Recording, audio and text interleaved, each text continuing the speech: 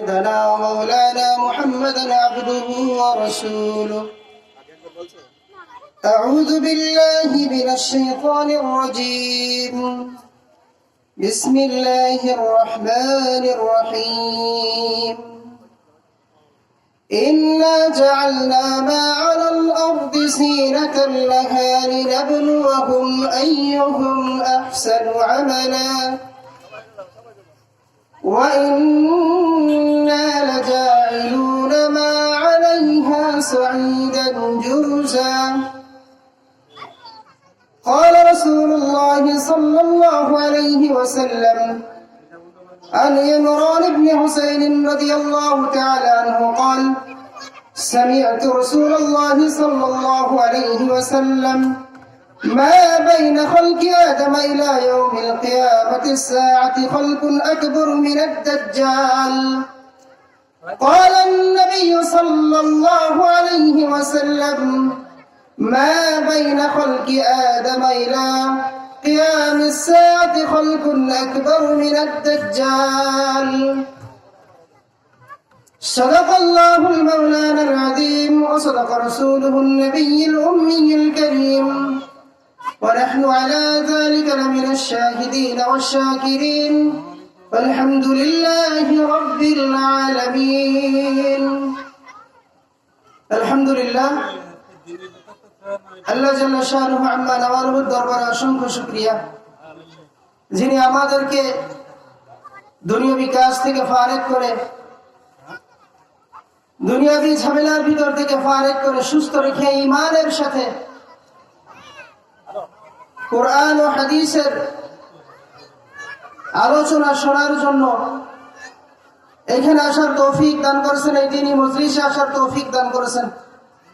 এই জন্য সবাই দিল থেকে শুকরিয়া আদায় করি, আলহামদুলিল্লাহ। সর্বপ্রথম লক্ষ কোটি দরুদ ও সালাম হুজুর সাল্লাল্লাহু আলাইহি ওয়াসাল্লামের রওজা মুবারকে। আমরা সবাই দরুদ ইব্রাহিম পড়ি, যেটা আমরা নামাজের ভিতর পড়ে থাকি, সেটা একবার পড়ি। আল্লাহুম্মা সাল্লি আলা মুহাম্মাদ ওয়া আলা আলি মুহাম্মাদ كما صليت على إبراهيم وعلى آل إبراهيم إنك حميد مجيد.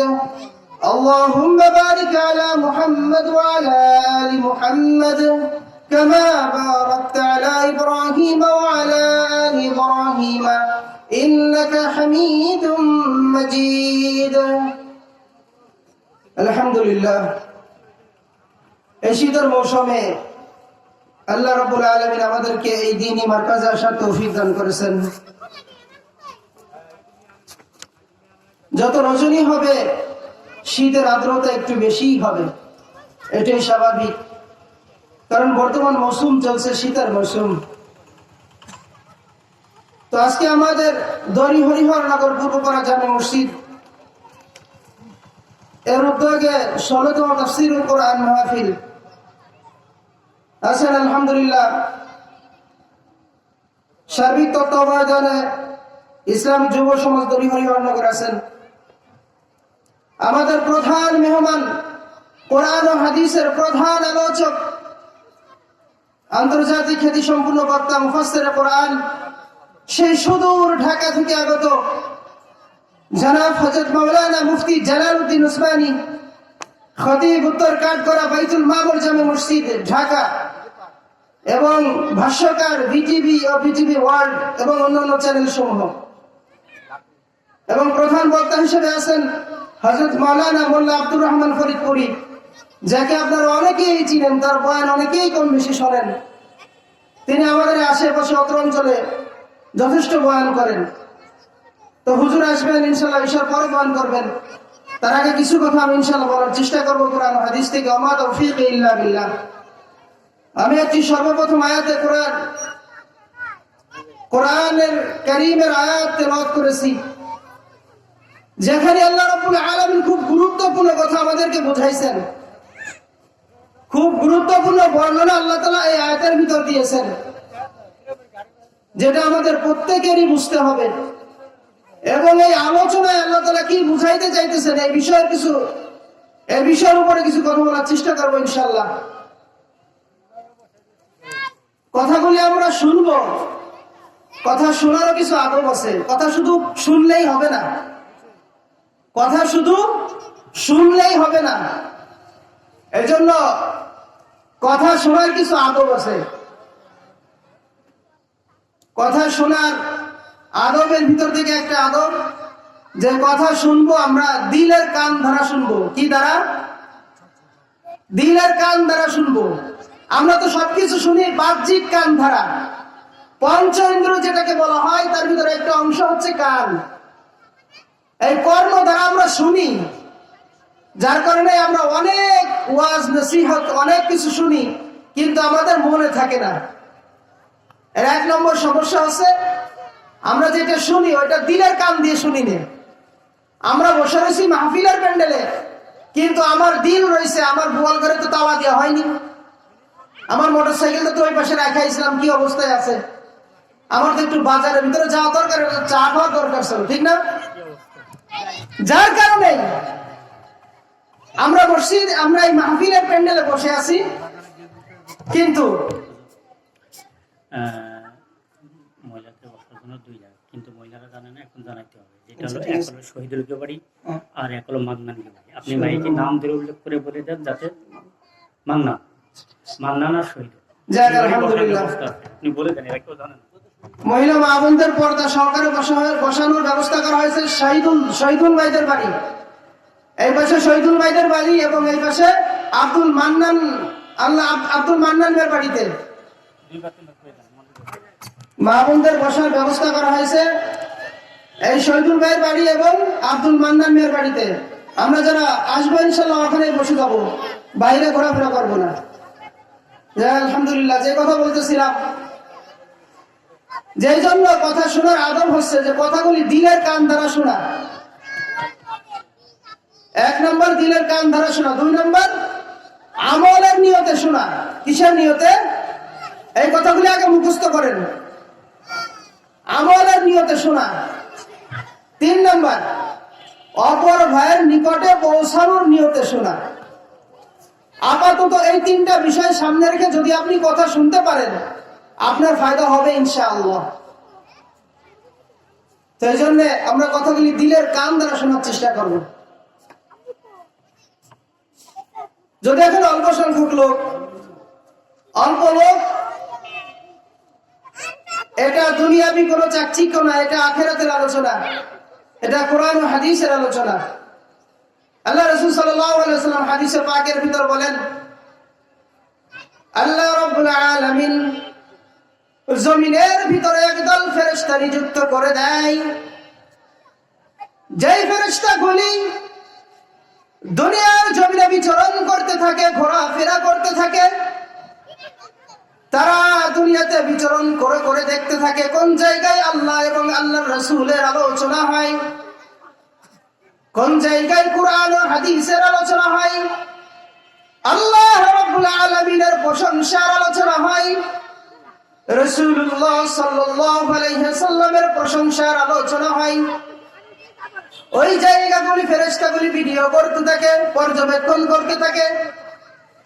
তারা সেটাকে তাদের ক্যামেরায় রেকর্ড করতে থাকে, যেমন করে দুনিয়ার ক্যামেরা দিয়ে আমরা রেকর্ড করে থাকি।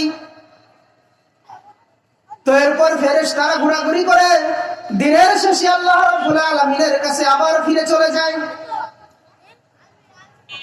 এরপরে আল্লাহ রাব্বুল আলামিন তাদেরকে জিজ্ঞেস করে, আমার ফেরেশতারা, তোমরা কোথায় গিয়েছিলে, কি দেখে আসছো, আমার কাছে বর্ণনা করো। এখানে সবচেয়ে আশ্চর্যের বিষয় কি, আল্লাহ রাব্বুল আলামিন জানা সত্ত্বেও বান্দার সম্পর্কে ফেরেশতাদের উপরে আধিপত্য বিস্তারের জন্য আল্লাহ রাব্বুল আলামিন এটা জিজ্ঞেস করেন। তো আল্লাহ রাব্বুল আলামিন ফেরেশতাদেরকে জিজ্ঞাসা করে, ফেরেশতারা তোমরা কোথা থেকে আসলে, আমার কাছে বর্ণনা দাও। তখন ফেরেশতারা বলে, আল্লাহ রাব্বুল আলামিন অমুক এলাকায় অমুক জায়গায় মাঠের ভিতরে দেখে আসলাম, তোমার কিছু বান্দারা একত্রিত হয়েছে, জড়ো হয়েছে, তোমার জান্নাত জাহান্নামের আলোচনা করতে আছে। তো আল্লাহ রাব্বুল আলামিন আমরা সেটা পর্যবেক্ষণ করে আসলাম এবং আপনার কাছে নিয়ে আসলাম। তো আল্লাহ রাব্বুল আলামিন বলেন, ফেরেশতারা বলো বলো আমার বান্দারা সেখানে কি অবস্থায় ছিল? তখন ফেরেশতারা বলে, আল্লাহ আপনার বান্দারা আপনার কঠিন জাহান্নামের কথা আলোচনা করতেছিল, জাহান্নামের ভয়ের কথা আলোচনা করতেছিল, আযাবের কথা আলোচনা করতেছিল, শাস্তির কথা বর্ণনা করতেছিল। তখন আল্লাহ রাব্বুল আলামিন বলেন যে তারা কি আমার জাহান্নাম দেখেছে? তারা আমার জাহান্নাম দেখেছে কিনা? ফেরেশতারা বলে, না না আল্লাহ, তারা তো তোমার জাহান্নাম দেখে নাই। তো আল্লাহ রাব্বুল আলামিন বলে, যদি তারা দেখতো তাহলে কি করতো? তো ফেরেশতারা বলে, আল্লাহ তারা যদি তোমার জাহান্নাম দেখতো তাহলে এত বেশি জাহান্নামের আযাব থেকে বাঁচার জন্য রোনাজারি করতো, কান্নাকাটি করতো, আরো বেশি পরিমাণে তারা জাহান্নাম থেকে বাঁচার জন্য তোমার কাছে পানাহ চাইতো। তখন আল্লাহ রাব্বুল আলামিন ঘোষণা দেন, বান্দা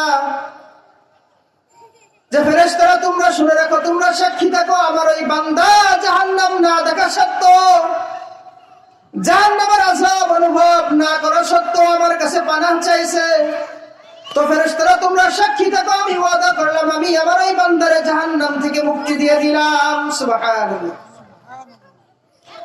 অতঃপর ফেরেশতাদেরকে আল্লাহ রাব্বুল আলামিন জিজ্ঞাসা করে, বান্দা এরপর তারা কি করতেছিল? তো ফেরেশতারা বলে, আল্লাহ আপনার বান্দারা জান্নাতের আলোচনা করতেছিল, জান্নাতি হুরদের কথা আলোচনা করতেছিল, জান্নাতি নাজ নিয়ামতের কথা আলোচনা করতেছিল। তো আল্লাহ তাআলা বলেন যে তারা কি আমার জান্নাত দেখেছে? ফেরেশতারা বলে, না না আল্লাহ আপনার জান্নাত তো তারা দেখে নাই। তো আল্লাহ রাব্বুল আলামিন বলে, যদি তারা দেখতো তাহলে তাদের কেমন অবস্থা হতো? তো ফেরেশতারা বলে, আল্লাহ যদি আপনার এত সুন্দর মণ্ডিত, এত সুন্দর জান্নাত যদি তোমার এই বান্দারা দেখতো তাহলে দুনিয়ার সমস্ত মহব্বত, দুনিয়ার সমস্ত গুনাহ থেকে চিরতরে তওবা করে তোমার এই সুন্দর সুসজ্জিত জান্নাতে যাওয়ার জন্য তোমার বান্দারা মরিয়া হয়ে উঠতো। তখন আল্লাহ রাব্বুল আলামিন বলেন, আমার ফেরেশতারা তোমরা সাক্ষী থাকো, আমার এই বান্দাদেরকে আমি জান্নাতের ফয়সালা করে দিলাম। সুবহানাল্লাহ। এই জন্য ভাই এই দিনই আলোচনা যেখানে হয়, আরো অনেক উদাহরণ আল্লাহ রাসূল বলেন। আল্লাহ রাসূল সাল্লাল্লাহু আলাইহি ওয়াসাল্লাম হাদিসের ভিতর বলেন, যেখানে কোরআন ও হাদিসের আলোচনা হয় ওই স্থানগুলি এমন ঝকমক আলোকিত করতে থাকে যেমন করে দুনিয়াবাসীদের কাছে আসমানের তারকাগুলি ঝলমল করতে থাকে।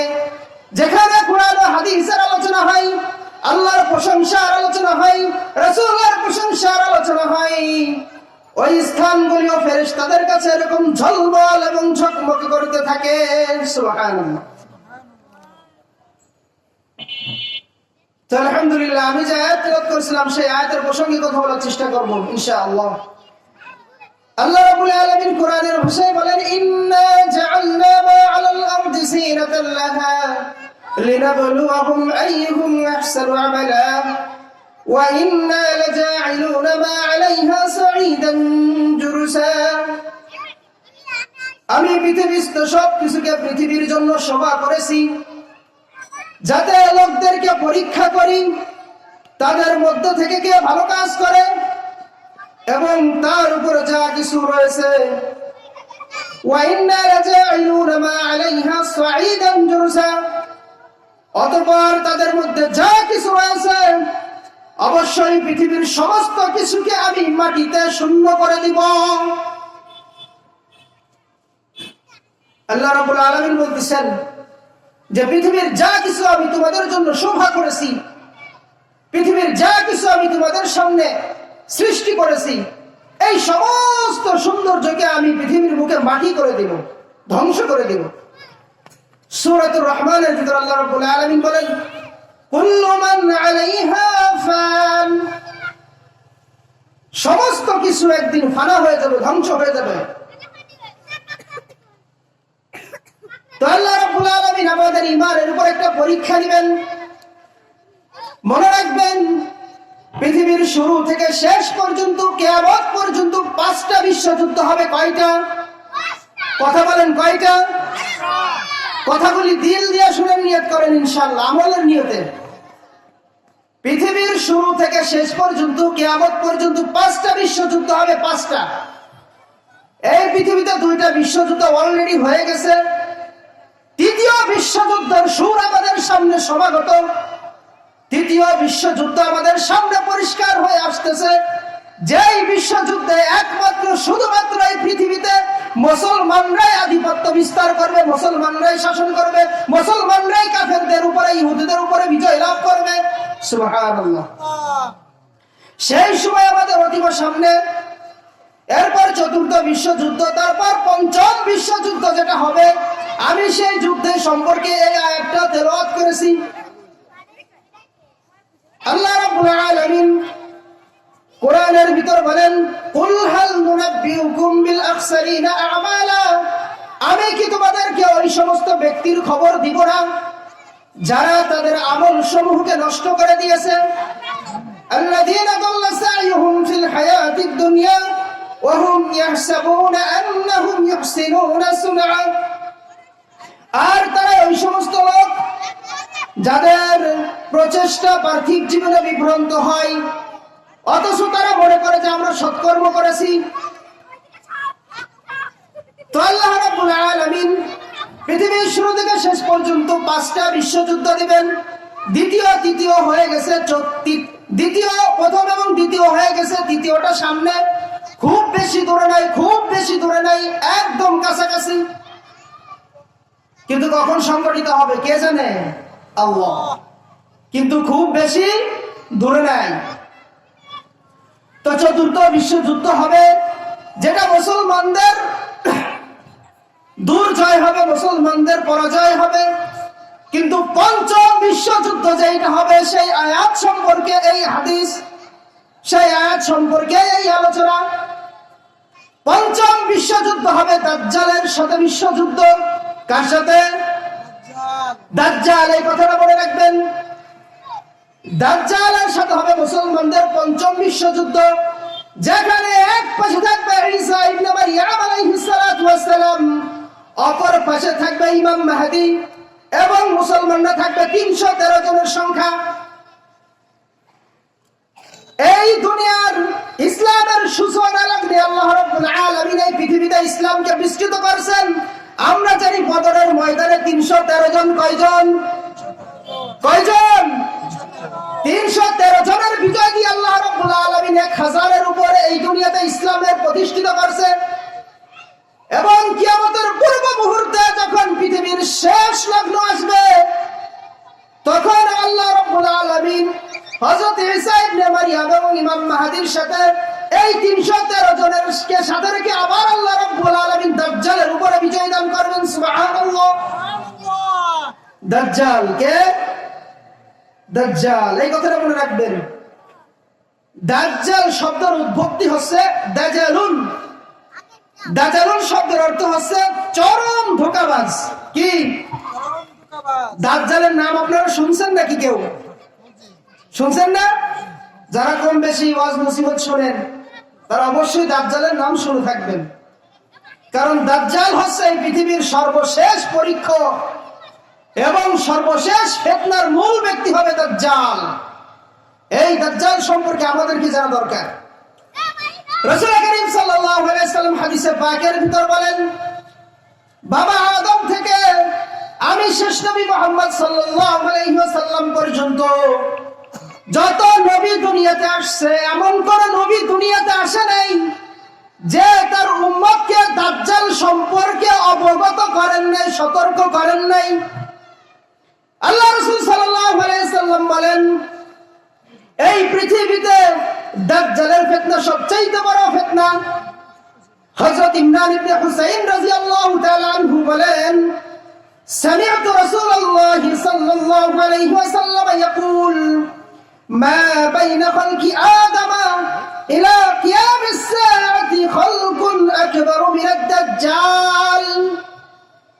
হযরত ইমরান ইবনে হুসাইন বলেন, আমি নবীজি সাল্লাল্লাহু আলাইহি সাল্লামকে বলতে শুনেছি যে বাবা আদম থেকে কিয়ামত পর্যন্ত এই সময়ের মাঝামাঝি যত ফিতনা হবে, দাজ্জালের ফিতনার চাইতে বড় বড় ফিতনা আমি পৃথিবীতে দেখি নাই। দাজ্জালের ফিতনা, কার ফিতনা? দাজ্জাল। এই দাজ্জালের পরিচয় সম্পর্কে আমাদেরকে জানতে হবে। দাজ্জাল শব্দের শাব্দিক অর্থ হচ্ছে চরম ধোঁকাবাজ। কি বাজ? চরম ধোঁকাবাজ, মিথ্যুক। জাদু দেখেন না আপনারা? জাদু জাদু দেখেন না বাজার ঘাটে? এগুলো কি সত্যি? আমরা ছোটবেলায় দেখছিলাম আমাদের চাপড়লেঙ্গা স্কুলে, ভালো করে মনে আছে। ওইখানে আমাদের ম্যাডামরা একজন জাদুকর আনছিলেন, পরে একটা ছেলেকে জবাই দিয়ে মাথা আলাদা করছিলেন। সেই মাথা আমাদেরকে উঠে দেখাইছিলেন যে তোমরা দেখছো? আমরা বলছিলাম যে জি দেখছি। আবার কিছুক্ষণ পরে একটা পর্দার ভিতরে মাথাটা নিয়ে লাগাই দিছে, লাগাই দেওয়ার পর আবার সে লোকটা জীবিত হয়ে গেছে। একটা লোক যদি হত্যা করা হয়, তার গর্দান আলাদা করে দেওয়া হয়, তাহলে এই লোকটা কি আর জীবিত আসা সম্ভব? কিন্তু এই যে আমাদেরকে দেখালো, তাহলে এটার নাম কি? জাদু। এটার নাম কি? জাদু। এটা ধোঁকাবাজ। তো দাজ্জাল হবে সেই রকম একজন ব্যক্তি যে হবে সবচাইতে বড় ধোঁকাবাজ। তো এই দাজ্জাল সম্পর্কে আমাদের কি জানা দরকার? এই দাজ্জাল সম্পর্কে আমাদের কি জানা দরকার? রাসূলুল্লাহ সাল্লাল্লাহু আলাইহি ওয়াসাল্লাম বলেন যে দাজ্জাল হবে এমন এক ভয়ঙ্কর, দাজ্জাল দেখতে এমন হবে, দাজ্জালের অভাব রাসূলুল্লাহ সাল্লাল্লাহু আলাইহি ওয়াসাল্লাম মাথার চুল থেকে নিয়ে পায়ের পাতা পর্যন্ত এই উম্মতের ভিতর, সাহাবায়ে কেরামের ভিতর বর্ণনা করে গেছেন। রাসূলুল্লাহ সাল্লাল্লাহু আলাইহি ওয়াসাল্লামের যুগে একজন লোক ছিল ইবনে সাইয়াদ। হাদিসের ভিতরে ইবনে সাইয়াদের অনেক বড় আলোচনা আনছেন। রাসূলুল্লাহ সাল্লাল্লাহু আলাইহি ওয়াসাল্লাম একবার আলোচনা করতে করতে ইবনে সাইয়াদের দিকে ইশারা করলেন যে ইবনে সাইয়াদকে দেখতে দাজ্জালের মতো দেখা যায়। তখন হযরত ওমর রাদিয়াল্লাহু তাআলা আনহু খোলা তরবারি নিয়ে বলেন, ইয়া রাসূলুল্লাহ, আপনি আমাকে হুকুম দেন, আমি এখনই ইবনে সাইয়াদের মাথা উড়িয়ে দেব, তার গর্দান আলাদা করে দেব। তখন নবীজি সাল্লাল্লাহু আলাইহি ওয়াসাল্লাম বলে, ওমর, আমার জীবদ্দশায় যদি দাজ্জাল বের হয়, মনে রেখো আমি নিজে মুহাম্মদ তার সাথে যুদ্ধ করে তাকে হত্যা করব। সুবহানাল্লাহ। তখন হযরত ওমর রাদিয়াল্লাহু তাআলা আনহু শান্ত হয়ে গেলেন। ইবনে সাইয়াদ একদিন খেজুর বাগানের ভিতর বসে পিট পিট পিট পিট কি করে কি যেন বলতেছিল। হযরত মুহাম্মদ সাল্লাল্লাহু আলাইহি ওয়াসাল্লাম পিছন দিয়ে যেটা শুনতে গেছেন যে ইবনে সাইয়াদ কি বলে। তখন ইবনে সাইয়াদের মা বলে যে, সাইয়াদ, তোমার পিছনে বেটা মুহাম্মদ। সাথে সাথে মুখ বন্ধ হয়ে এখান থেকে চলে আসছে।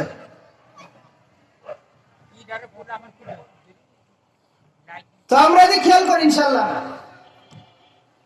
রাসূলুল্লাহ সাল্লাল্লাহু আলাইহি ওয়াসাল্লাম বলেন, কিয়ামত পর্যন্ত, পৃথিবীর শুরু থেকে শেষ পর্যন্ত, কিয়ামত পর্যন্ত দাজ্জালের ফিতনার চাইতে বড় কোন ফিতনা এই দুনিয়াতে আর কোন ফিতনা হবে না। এমন ভয়ঙ্কর এবং এমন ধোঁকাবাজির ফিতনা হবে। এই দাজ্জালকে দেখতে কেমন হবে আর পরিপূর্ণ বর্ণনা রাসূলুল্লাহ সাল্লাল্লাহু আলাইহি ওয়াসাল্লাম হাদিসের ভিতর বলে দিয়েছেন। রাসূলুল্লাহ সাল্লাল্লাহু আলাইহি ওয়াসাল্লাম হাদিসের ভিতর বলেন যে দাজ্জাল দেখতে বিরাট এক আকৃতির হবে। দাজ্জাল দেখতে কেমন হবে? বিশাল এক আকৃতির অধিকারী হবে। দাজ্জালের মাথার চুলগুলো হবে কুকরানো। কেমন হবে? দাজ্জালের মাথার চুলগুলো কেমন হবে? কুকরানো, দাইফুশ শা'রুন। চুলগুলো হবে কুকরানো, মাথার চুলগুলো হবে কুকরানো এবং ভুরু, কপাল, দাজ্জালের কপাল হবে বিশাল এক চওড়া। রাসূলুল্লাহ সাল্লাল্লাহু আলাইহি ওয়াসাল্লাম বলেন, দাজ্জালের চোখ কেমন হবে এবং কয়টা চোখ থাকবে? নবীজি সাল্লাল্লাহু আলাইহি ওয়াসাল্লাম বলেন, দাজ্জাল হবে এক চোখা বিশিষ্ট। কয় চোখা? এক চোখা বিশিষ্ট হবে। তার এক চোখ অন্ধ থাকবে, কানা থাকবে। আর এক চোখ কেমন থাকবে সেটাও নবীজি বলেন। রাসূলুল্লাহ সাল্লাল্লাহু আলাইহি ওয়াসাল্লাম বলেন, তার এক চোখ হবে কামিসলি আনাবুন, তার এক চোখ হবে যেমন করে আঙ্গুরের মতো। আমরা অনেক সময় কিছু প্রাণী দেখি না যাদের চোখ ফোটে না কিন্তু ফুটার মতো, তাই না? পরিপূর্ণ যদি না ফোটে কেমন মনে হয় যে তলে মনে হয় কিছু দিয়া, সামান্য কিছু মনে হয় আঙ্গুল দিয়া বা আঙ্গুর দিয়া আছে, এরপরে সামান্য বিশ্রাম, তাই না? তো রাসূলুল্লাহ সাল্লাল্লাহু আলাইহি সাল্লাম বলেন যে দাজ্জালের চোখ কেমন হবে? তা দাজ্জালের চোখ হবে, এক চোখ হবে অন্ধ, অর্থাৎ বাম চোখ খোলা থাকবে আর ডান চোখ হবে অন্ধ। আর দাজ্জাল হবে সবচাইতে বড় নিকৃষ্ট, এমন নিকৃষ্ট হবে যেই নিকৃষ্ট মানব আল্লাহ রাব্বুল আলামিন কিয়ামতের শুরু থেকে, দুনিয়ার শুরু থেকে কিয়ামত পর্যন্ত আর কাউকে সৃষ্টি করে নাই, এমন নিকৃষ্ট এবং অশুভ জিন্দেগি দিয়ে দাজ্জালকে আল্লাহ তাআলা সৃষ্টি করেছেন। এবার রাসূলুল্লাহ সাল্লাল্লাহু আলাইহি ওয়াসাল্লাম বলেন দাজ্জালের এক চক্ষু কানা হবে। আর তোমাদের রব কানা নয়, কিন্তু দাজ্জাল হলো কানা। দাজ্জাল কি?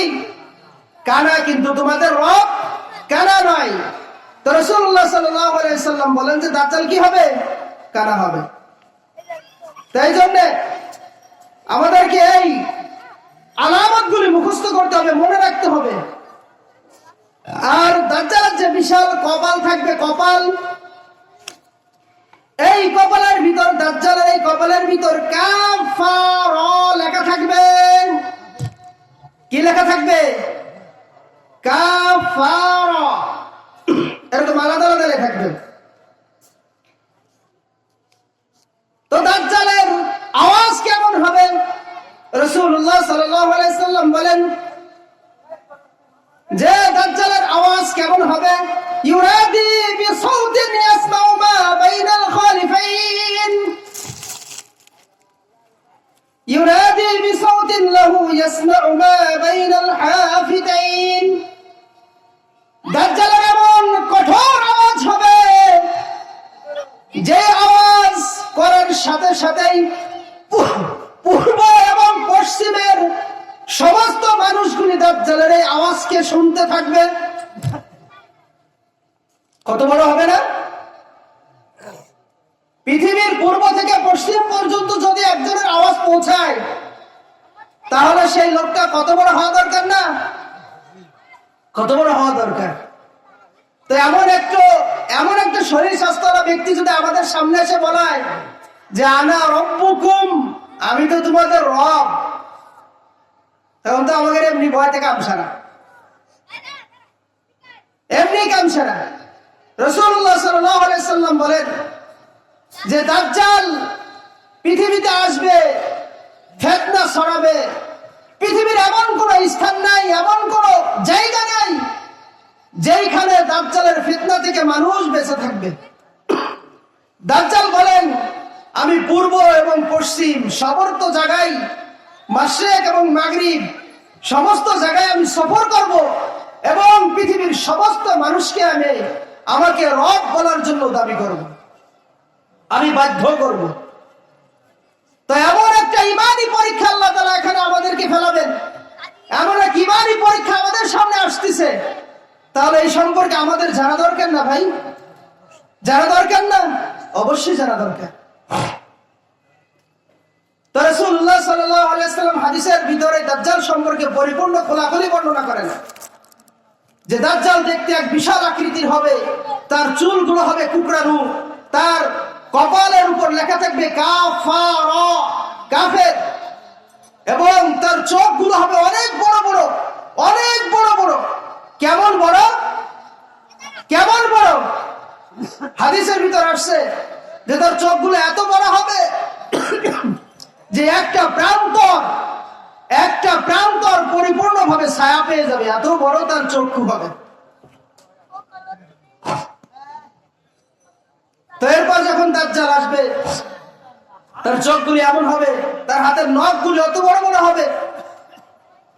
তো এরপর দাজ্জাল যখন আসবে, আসার পরে দাজ্জালের এক হাতে, খেয়াল করেন দাজ্জালের সাথে কি কি থাকবে? সর্বদা দাজ্জালের সাথে থাকবে হচ্ছে আপনার পানি, ঠান্ডা পানি কি থাকবে?